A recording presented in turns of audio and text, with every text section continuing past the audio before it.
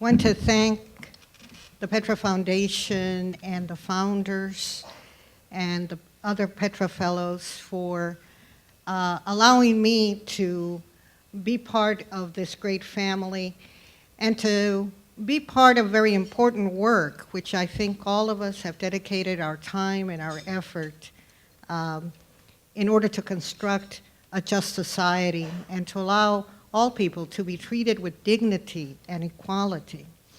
I remember once going to the post office and I saw a teacher that I had in middle school, and he looked at me and he said, "Well, Maria," he said, "you were a brilliant student. What happened to you? We expected great things of you." And I remember looking at him and saying, well, you know, I dedicate my efforts and my energies toward the construction of a world that is different. And so I believe that I am doing very brilliant things and that my efforts count. And so I know that all of us share that experience.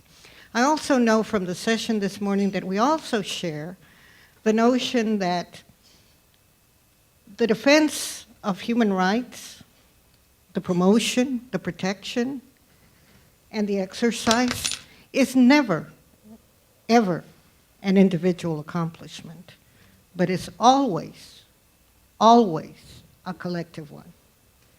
And it is that understanding that have led me always to focus on organizing the many in order to exercise those rights, to defend those rights, to change those conditions that do not allow for the human potential to develop.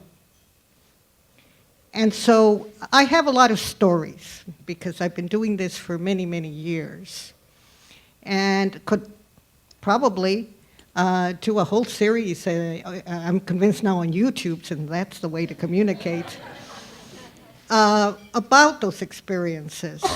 But I'll share a few. A few about the collectiveness that we have historically.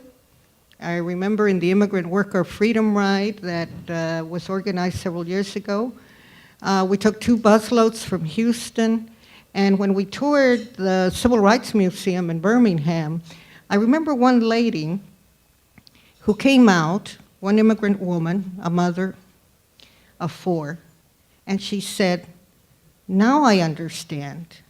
She says, "Now I understand how we can march in liberty." And yes, there are many who allow us to march in liberty, as she said. But I also have had many experience with the immigrant population that at times is hesitant to move forward and organize. And they're like all human beings. They're afraid, they're cautious, and I always tell them, don't tell me you're afraid to go to a march and that the immigration authorities are going to be there. You can't pull that on me, because I know that you decided in your country of origin to confront those injustices and trek across that border and confront the most powerful government in the world, and you recreate communities, and you sustain communities where you came from. So don't tell me that you're afraid to go and demonstrate and exercise that right. You can tell somebody else that, but not me.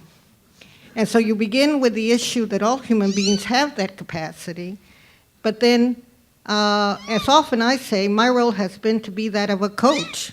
And I often tell immigrants, if we want to tackle this particular issue, I'm the coach and you're the players. And if it can't be that way, I won't get in, because you have to play the game.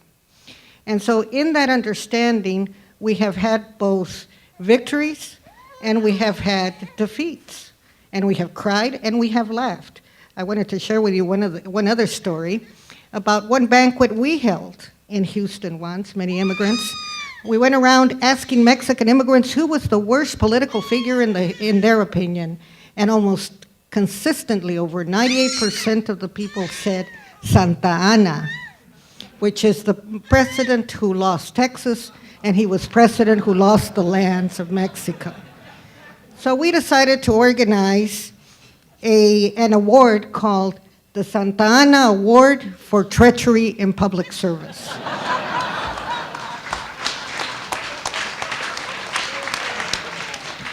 And we actually had a trophy made because, you know, Santa Ana was so arrogant that when he lost a leg in battle, he had a state funeral for his leg. So we had a trophy made with a leg on top of it. And I thought the people at the trophy places were going to get upset with us. And they said, oh, no, we have all these sports figures and we have constantly broken legs. So we actually found a market for their legs. And so this award was properly given and, letters sent to the recipients. You are this year's recipient of the first annual Santa Ana Award for Treachery in Public Service. And we gave one to each politician at different levels who had really taken terrible positions with respect to immigrant rights. And so part of the organizing is to understand the human being as a whole. And in it, we laugh, we cry, and we transform ourselves in this process. But the most important thing is that we're there, all of us, fighting for that right that we have, fighting to create organizations that sustain those fights, and always giving the good fight. And so this particular award is very important to me because of the knowledge that it comes from people who give that fight and who know what it is to confront injustices, but also know that it is our actions that transform agony into hope. And so we will always be there as long as we are physically able to do so.